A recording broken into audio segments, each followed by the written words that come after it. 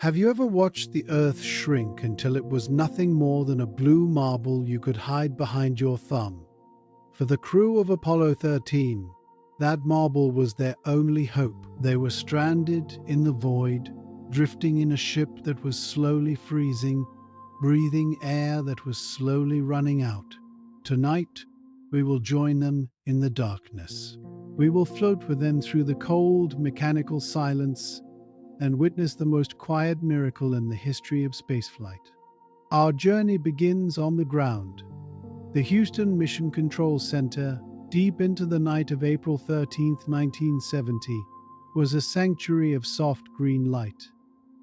Outside the thick concrete walls, the Texas night was humid and heavy, filled with the sounds of crickets and the distant rush of traffic. But inside, a different world existed. It was a sterile, focused environment designed to suppress human frailty, to reduce the vast complexity of deep space travel to legible numbers and steady rhythms. Rows of consoles stretched out like pews in a cathedral of technology, each monitored by men in white shirts and narrow ties. The air smelled faintly of stale coffee, warm electronics, and the sharp scent of ozone. The main consoles were dimmed, and the only persistent sound was the low, steady hum of the air conditioning, a sonic blanket that absorbed all anxiety, holding the faith of thousands of engineers in its gentle thrum. It was a hypnotic sound, a mechanical that centered the mind. It was the moment of routine, the peaceful, deceptive interval before the action that defines history. Flight Director Gene Kranz, seated in his iconic white vest, his back ramrod straight, observed the calm. He was a man of absolute discipline, a rock in a river of data. Even in this quiet hour, his eyes scanned the room with the precision of a radar. He was the eye of the storm, but tonight there was no storm. Only quiet, predictable coasting. The giant map at the front of the room showed the position of the spacecraft, a tiny, glowing symbol crawling slowly across a grid of longitude and latitude, bridging the gap between two worlds. The telemetry screen showed consistent, predictable data flows. Rows of numbers cascaded down the monitors like digital waterfalls, green against black. Oxygen pressure, stable. Cabin temperature, 72 degrees. Voltage, nominal. The ECOM, Electrical Environmental Consumables station, was nearly asleep. The technicians leaning back in their chairs, comfortable in the profound, expensive boredom of a successful trajectory. They sipped their cooling coffee, checking their watches, thinking of warm beds and breakfast. This was the deep space cruise, the easy stretch. A long, quiet coast towards the moon, a celestial drive-by that promised glory without the frantic pace of the launch. On the distant communications loop, the routine voice of the Capcom confirmed the crew of Apollo 13 was settling in for sleep 3 days and over 200,000 miles out from Earth. The radio waves carrying their voices took more than a second to travel the immense distance, a ghostly delay that reminded everyone just how far away they really were. Everything in the cosmos appeared predictable. The physics of Isaac Newton were holding the ship in a perfect, invisible embrace. The data streams flowed in steady green waves, a constant, comforting heartbeat from 330,000 kilometers away. The silent screens seemed to hold the breath of the entire planet, waiting patiently for the return. Inside the command module named Odyssey, the atmosphere was one of cozy confinement. It was a small cone of light and warmth traveling through an endless night. Jim Lovell, the seasoned commander, watched the Earth shrink in the window, a marble of impossible beauty. To him, it wasn't just a planet. It was a jewel, swirling with white clouds and blue oceans, hanging unsupported in the void. He had been waiting for this moment, his third trip, a final definitive attempt to complete the lunar mission he had missed on Apollo 8. He pressed his face closer to the thick quartz glass. There was no wind outside, no sound, only the visual spectacle of the stars unblinking, piercing points of light in red, blue, and gold.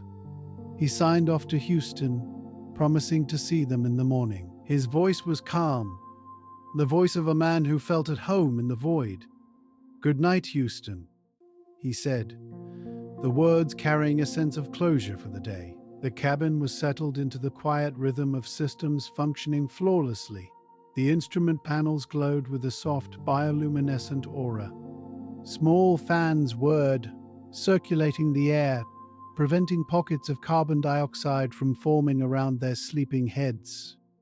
Only Jack Swigert, the command module pilot, a late replacement still restless with nervous energy, was fully awake, checking and rechecking his equipment, unable to truly relax into the quiet immensity of space. Jack floated near the navigation station. In zero gravity, there is no up or down, only position and momentum. He moved with delicate pushes of his fingertips, gliding like a swimmer in deep water. He felt the weight of the responsibility. The silence was a lie. The mission was proceeding into a crisis born of a tiny, unseen flaw, a damaged fan housing inside a liquid oxygen tank, a catastrophic oversight that had been traveling with them for days, hiding in the machinery like a dormant virus.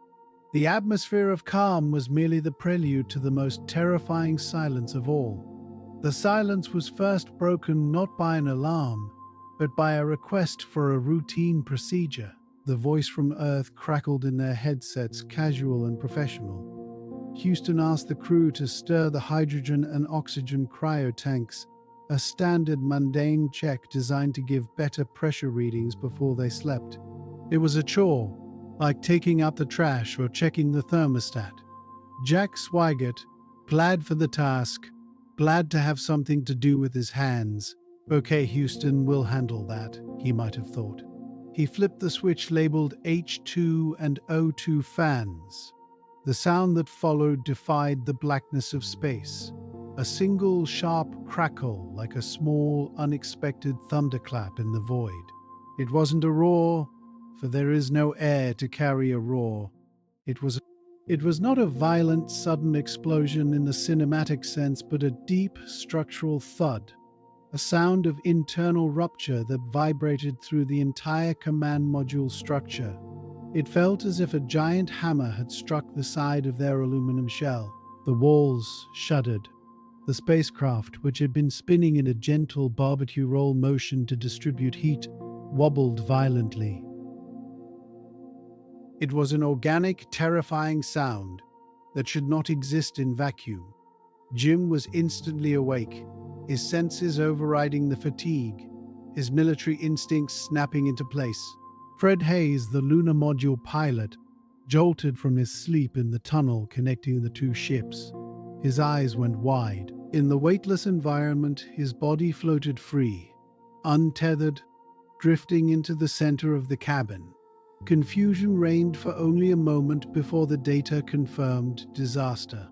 The master alarm began to wail, a piercing electronic siren that cut through the peaceful hum of the fans. Amber and red lights flashed on the dashboard, creating a chaotic strobe effect in the darkened cabin. Jack Swigert, though his pulse must have been racing, kept his voice steady as he reported to Houston that the main bus B voltage had dropped to zero, a power failure, but not just a failure, a death of the system.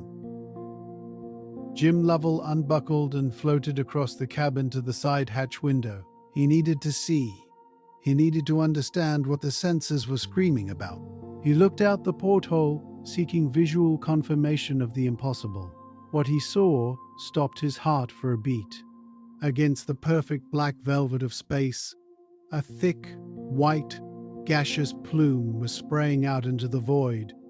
It sparkled in the sunlight, expanding like a ghostly nebula. It was beautiful, in a horrifying way. It was their oxygen supply streaming away from the service module illuminated by the distant sun. It was their lifeblood, their air, their electricity, venting into eternity. The spacecraft was bleeding. Jim spoke the words that stopped the world, his voice tight, restrained, the true definition of understatement. "Houston, we've had a main bus be undervolt, and we are venting something. It looks like gas. We've lost tank 2 entirely, and tank 1 is dropping fast." The words hung in the air. The implication was clear. The explosion had destroyed not only the tank but the fuel cells powered by the oxygen, which provided all their electricity and water. The Odyssey, their warm, lit home, was dying. The lights on the dashboard began to dim as the batteries took over, draining rapidly. In mission control, the serene green glow of the panels was replaced by a furious blinking of amber and red. The cathedral was now a war room. Kranz stood up, his white vest now a beacon of authority in the chaos. He listened to the reports. They had lost the fuel cells. Their remaining oxygen was for breathing only, held in the last tank. They had virtually no water and no power generation. The mission to the moon was instantly over. The dream of walking on the lunar dust vanished in a second. It was replaced by an unscripted, terrifying mission of survival. The goal was no longer exploration. It was simply to endure. The decision was immediate, terrifying, and absolute. Abandon the command module. They would retreat into the lunar module, Aquarius. Aquarius was not a home. It was a spider-like landing craft designed for 2 men to use for 45 hours on the lunar surface. It had thin walls, tiny windows, and limited supplies. It was now their fragile, cold lifeboat for 4 days. Jim Lovell confirmed the switchover. He floated through the docking tunnel, a narrow cylinder connecting the dying mothership to the lifeboat. He began to prepare to shut down the main ship, their shield, their home, their ultimate guarantee of re-entry. It was a painful process. Every switch he flipped to off was like saying goodbye to a friend.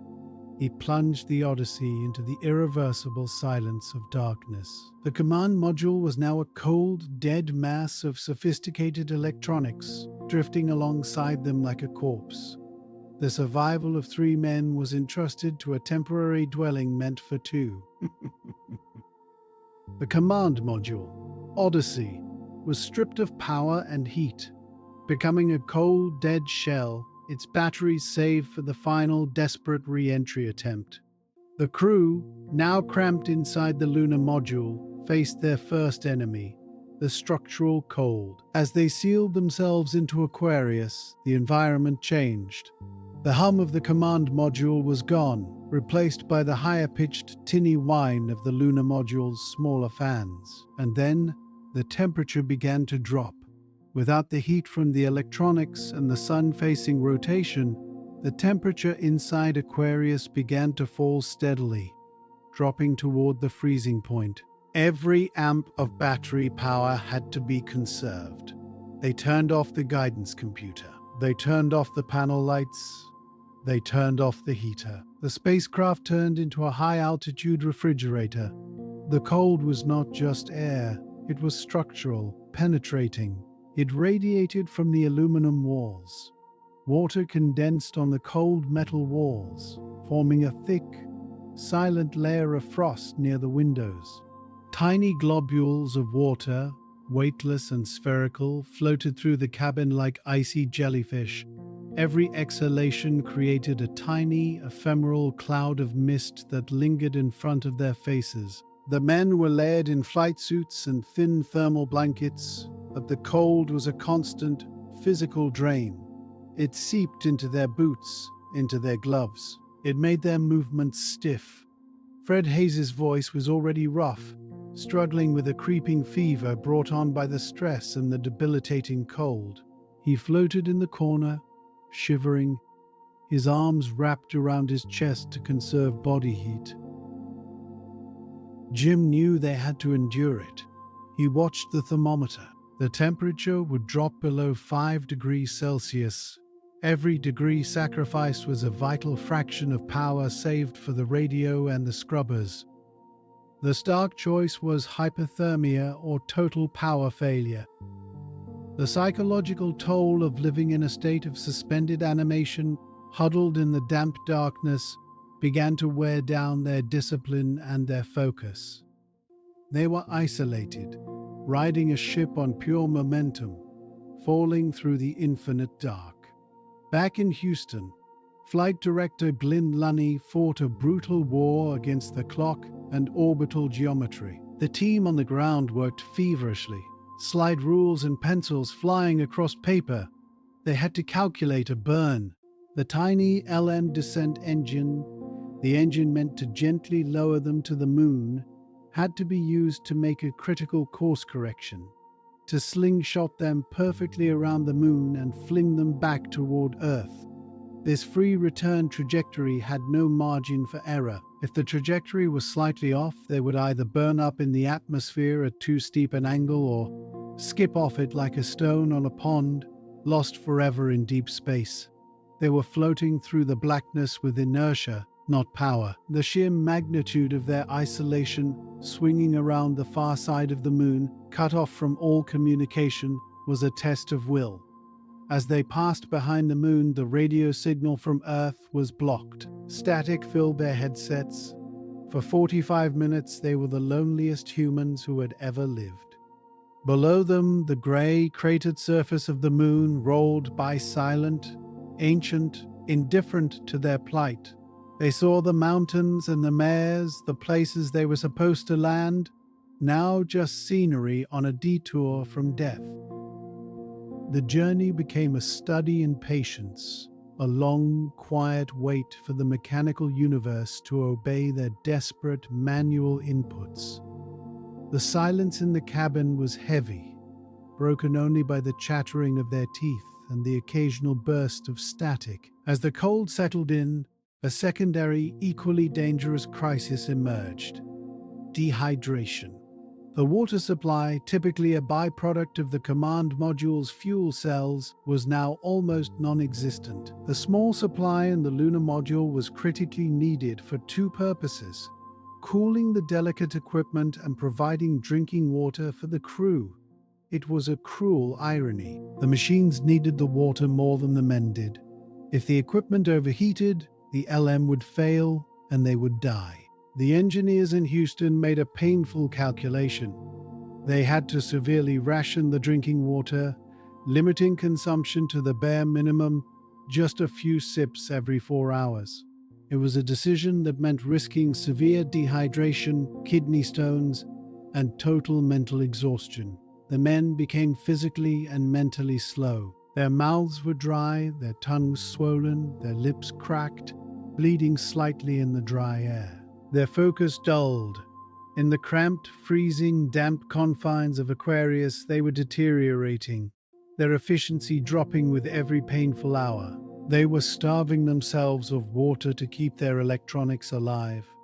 They floated in the semi-darkness, dreaming of rain, dreaming of rivers, while sucking on plastic tubes that offered only a trickle of lukewarm liquid. Jack Swigert, consumed by guilt over stirring the tank, sank into a private, silent battle. Even though it was a mechanical failure, not human error, the weight of the what-if pressed on him. His nervous energy was replaced by crushing fatigue. He floated near the dead tunnel, looking back at the darkened Odyssey. Jim had to constantly pull him back to focus, using the simple, non-emotional language of procedure to keep the crew tethered to the present moment. Check the amp usage, Jack. Watch the drift, Jack. The mission became less about flying and more about enduring the slow, agonizing depletion of their biological reserves. Once they survived the initial explosion and endured the cold and dehydration, the third most insidious enemy emerged: the breath itself. As the crew relied solely on Aquarius, the module's tiny air scrubbers, canisters of lithium hydroxide designed to remove carbon dioxide, quickly became overwhelmed. They were meant for 2 men for 2 days. Now they supported 3 men. The chemicals inside were saturated. The CO2 indicator began to creep inexorably upward, past the safe threshold. The air in the cabin grew thick and stale. A dull headache began to throb behind their eyes. They were heading toward a deadly, dizzying descent into unconsciousness, a slow suffocation by their own metabolism. Carbon dioxide poisoning was a subtle, silent killer that numbed the mind before it stopped the body. It made you sleepy, it made you careless. And in space, carelessness is death. The problem was a technical absurdity that crystallized the terrifying distance between their two ships.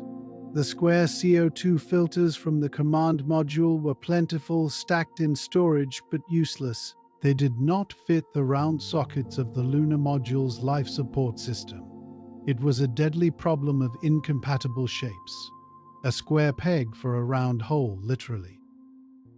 Engineers in Houston, led by John Aaron and a team working feverishly with their hands, began a frantic, high-stakes fabrication race. They gathered everything they knew was on board the spacecraft: plastic bags used for stowage, cardboard covers torn from flight manuals, hoses from the pressure suits, and rolls of gray duct tape. They built prototypes on a workbench, their hands moving fast, racing against the toxic timer ticking down in the lungs of the astronauts. This was pure applied ingenuity, a physical manifestation of human problem-solving under cosmic pressure. "Apollo 13, we have a fix for you," Houston radioed up. "Grab a pen." Inside Aquarius, the astronauts fought the cold and the clock simultaneously. They worked slowly and methodically by the light of a small, cold flashlight. Houston relayed the instructions, detailed and precise, describing how to connect the square filter to the round socket with improvised genius. Take the plastic bag, cut the corner, insert the canister, tape it tight.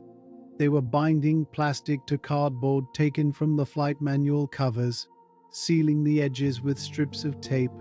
The meticulous sound of tape being slowly torn was the loudest, most focused sound in the tiny module. It was a domestic sound, something you'd hear in a garage.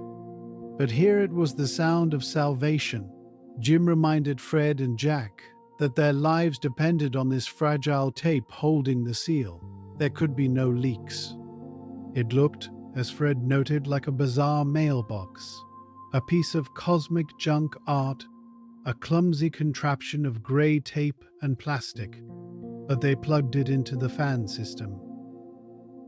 The air moved through, the fan hummed, the plastic bag inflated, sucking the stale air through the new filter. The CO2 levels on the gauge began to drop. The headache faded. It was a profound moment of human ingenuity, a slow, quiet victory achieved with elementary tools, thousands of miles from the nearest helping hand. They breathed deep, the air crisp and clean once more. With the air finally scrubbed clean, the crew faced the next, equally daunting challenge: navigation. They were drifting through the void without a map. With the primary computer systems dead and power stripped to the bone, the sophisticated brain of the Apollo spacecraft was lobotomized. They were forced back to the oldest method of travel known to man: manual celestial navigation. It was a return to the age of sail, transposed into the vacuum. They had to use the sextant, an optical instrument that felt archaic in this age of silicon and rocket fuel, to determine their position by the stars. But space, usually a perfect, clear window, was fighting them. The explosion had surrounded the ship with a cloud of debris, thousands of tiny flakes of insulation, frozen oxygen crystals, and paint chips that floated alongside them. In the sunlight, these false stars sparkled and shimmered, making the true constellations barely visible through the condensation-blurred, ice-coated windows. Using the star chart was nearly impossible.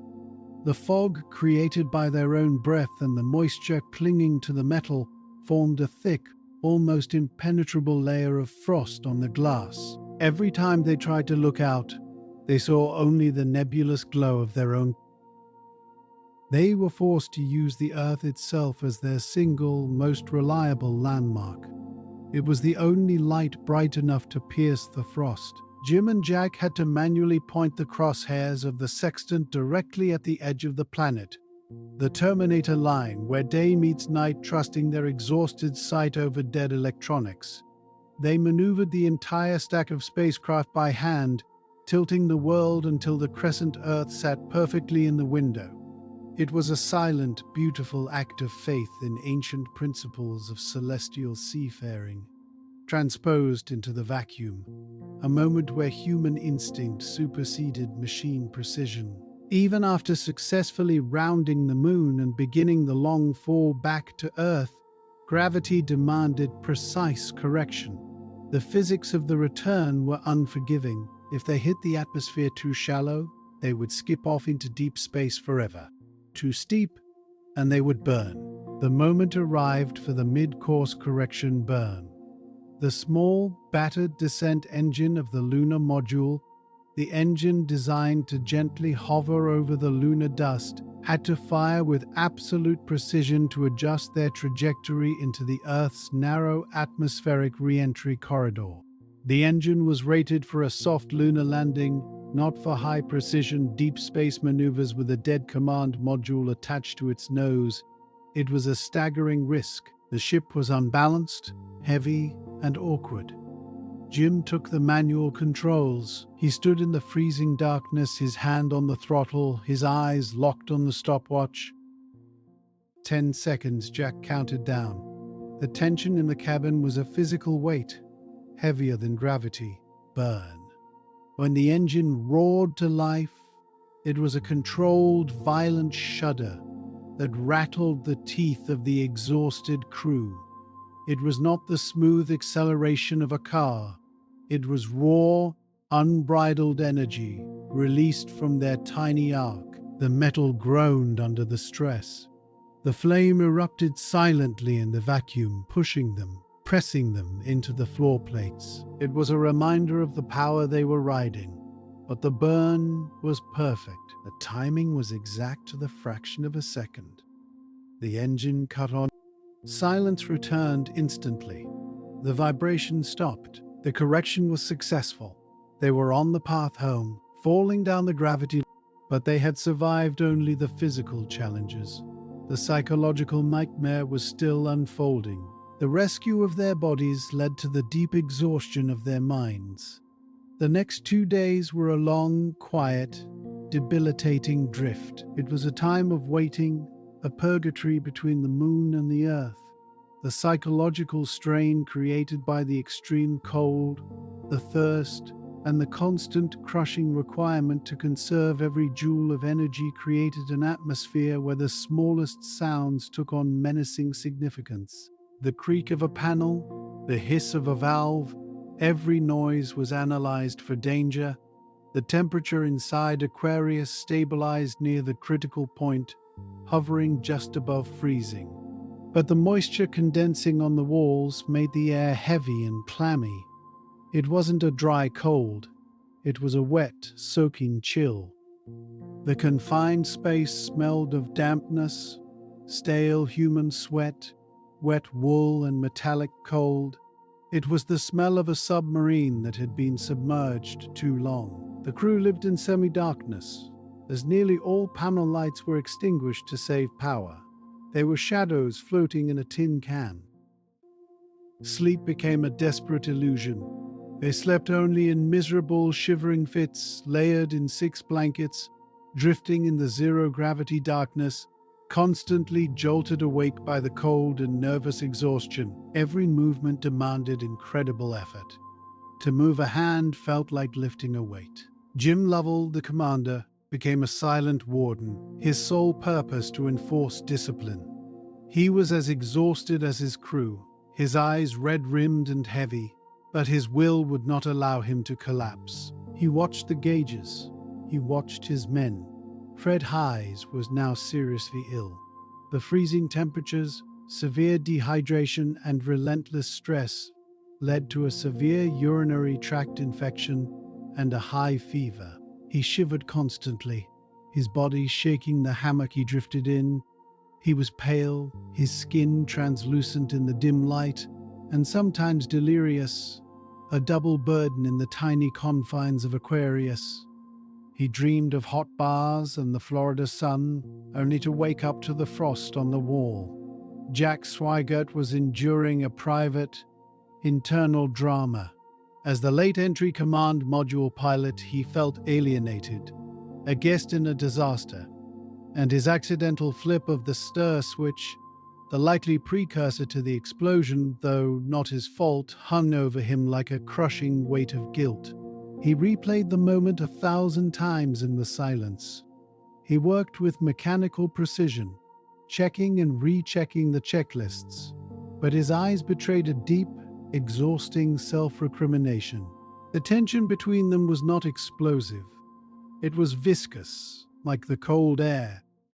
It was the silent tension of survival, where every glance and every sigh was an expenditure of energy they couldn't afford. They didn't speak much. There was nothing to say. There was only the weight. Their only solace was the growing, luminous blue and white marble eye of Earth in the tiny window. It was growing larger by the hour, no longer a star but a world. It was their only destination. While the crew drifted in their freezer, the engineers in Houston prepared for the final, most complex act, resurrecting the dead ship. The command module, Odyssey, had been cold and lifeless for nearly 80 hours. It was a block of ice. Its internal temperature had dropped almost to freezing. The batteries meant to power its final descent systems were icy and inert. Standard launch procedures required powerful fuel cells that were now destroyed. If they attempted to power up too quickly or directed the current incorrectly, the cold batteries would fail, or the condensation on the electronics would cause a short circuit, sparking a fire that would consume them instantly. Ken Mattingly, the astronaut removed from the crew days before launch due to exposure to measles, he locked himself in the simulator on Earth, a dark twin of the spaceship. He worked without sleep, fueled by black coffee and the energy of desperation. He sat in the dark cockpit, surrounded by checklists, trying to invent a power-up procedure that had never existed. He had to conduct a symphony of switches, finding a sequence that would sustain life-critical systems for the final 3 hours using only the tiny residual charge of the frozen batteries. His solution was both genius and counterintuitive: to run the systems out of sequence, bypassing the main power buses and running current directly to individual components. He found the thin line between the minimum required power and total battery depletion. Every switch he flipped in the simulator was a potential death sentence for the real ship. He tried, failed, reset, and tried again, until he found the perfect path. Finally, the moment arrived. As Aquarius approached the final trajectory, the crew began the transfer. It was a painful process, leaving the only warmish living space they had known for 4 days. They floated back through the tunnel into the Odyssey. It was freezing inside the command module. The walls were covered in a sheet of James Lovell relayed the instructions, developed by Mattingly, to Jack Swigert. This was Jack's trial by fire. He had to follow Ken's meticulous sequence and resurrect the ship. Battery A, bus B, circuit breaker, close. Fuel cell heat, bypass. The voice was steady. The fingers were numb but precise. The switches clicked like deliberate tiny detonations in the intense cold of Odyssey. Click, click, click. Every movement required the precision of a surgeon. Slowly, miraculously, the critical systems of the Odyssey began to flicker back to life. A gauge jumped. A light glowed amber. A fan spun up with a low moan. The ship was drawing power from the batteries they had so meticulously preserved in the freezing darkness. The guidance system whirred, finding its alignment. The ship that had been dead for 4 days now had an electrical pulse. The Ghost was breathing again. With the command module, Odyssey now painfully resurrected, its guidance systems humming weakly, drawing power from the deep-frozen, carefully managed batteries. The crew completed the final, necessary stages of preparing for home. The atmosphere inside the cabin was thin, cold, and charged with anticipation. The moment of commitment, the final step where failure meant certain death, was upon them. First, they performed the terrifying ultimate act of separating the damaged service module, the cylinder that had contained the explosion. Jim gave the command. Pyrus-armed, fire. The explosive bolts fired, not with a mighty bang, but a dull, muffled thud that barely penetrated the cold metal, separating the useless, crippled section from their living capsule. The crew rushed to the windows.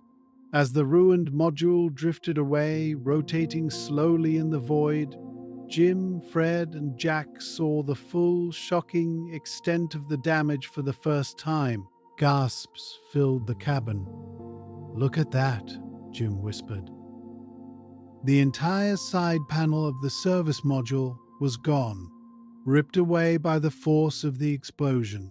It was a gaping, horrifying wound, a vast area of exposed, ruined equipment, hanging wires, and shattered tanks. It was a visual confirmation that they had not merely been in danger, but had been riding a ghost ship, mere inches from instantaneous total destruction for 4 long days. The sight was a final, cold jolt of adrenaline, confirming the staggering, impossible miracle of their survival thus far.